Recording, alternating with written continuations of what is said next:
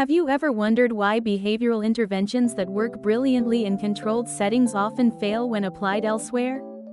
Think about nudges designed to promote healthier eating or increase energy conservation. They might succeed in a pilot program but flop when rolled out nationwide. This is what researchers call the portability problem, a phenomenon where findings don't translate or scale well across domains, or from small pilots into regional or national rollouts. Researchers from the University of Toronto and BEworks systematically investigated why the same intervention can produce such vastly different results across settings. Their answer centers on what Nobel laureate Richard Thaler called supposedly irrelevant factors. Environmental elements that shouldn't matter for decision-making, but actually do. These factors collectively form what we call context. Consider these examples. A social norm nudge dramatically boosts charitable donations in one community but falls flat elsewhere. A default intervention successfully increases retirement savings participation in one country but produces no effect in another. The research team developed a comprehensive framework to codify the elements of context. They identified two major categories that determine whether an intervention will be portable: the situation in which the intervention occurs, and the characteristics of the target population. Let's start with the situational factors. The team identified 7 critical dimensions. Intervention features: the design characteristics of the intervention itself, frequency of presentation, level of transparency, whether it targets individuals or groups, the specific wording used, and how much effort is required to comply. Communication and medium: how the intervention is delivered, the channel, email, SMS, postal mail, posters, videos. The format, online versus face-to-face. The source credibility and trust. All these affect how the message is received and processed.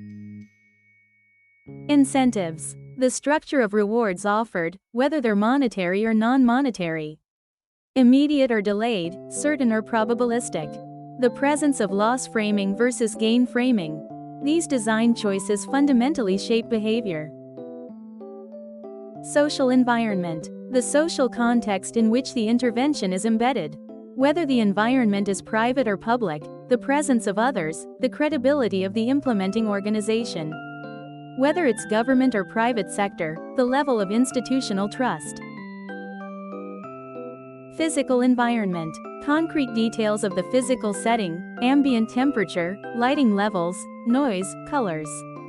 Whether it's indoor or outdoor, seasonal ambiance, even hours of sunshine. These seemingly minor factors influence decision-making more than we realize. Time: temporal factors surrounding the intervention, season, day of the week, time of day, duration of exposure, timing of reminders. Time pressure: whether it's a weekday or weekend, the level of busyness at the moment of intervention. For example, people's motivation to act is completely different on a Monday morning compared to a Friday evening. Competition for attention: the target's ability to focus on the intervention stimulus. This includes the presence of competing sensory stimuli, information formatting, salience of the message, stress levels, and time constraints. If any of these 7 dimensions differs significantly between the original setting and your target setting, the intervention's effectiveness may change substantially. Now let's examine the target population characteristics. The research team identified 4 key dimensions. Demographics and socioeconomic status. Traditional demographic variables: age, gender, culture, subculture, ethnicity, income, education level, religion. These fundamentals shape how people respond to interventions. Communication styles. Differences in communication patterns, native language, linguistic nuances. Language norms, language consistency and congruence across the intervention materials. Psychological factors. This dimension breaks into 5 subcategories. Traits, characteristic patterns of thoughts, feelings, and behaviors, baseline motivation. Cognitive bandwidth, cognitive load, need for cognition, growth mindset. States, short-term or momentary influences. Anxiety levels, emotions, fatigue, current motivation, time pressure, busyness. Skills and ability, knowledge about specific subjects, financial literacy, metacognition of the marketplace.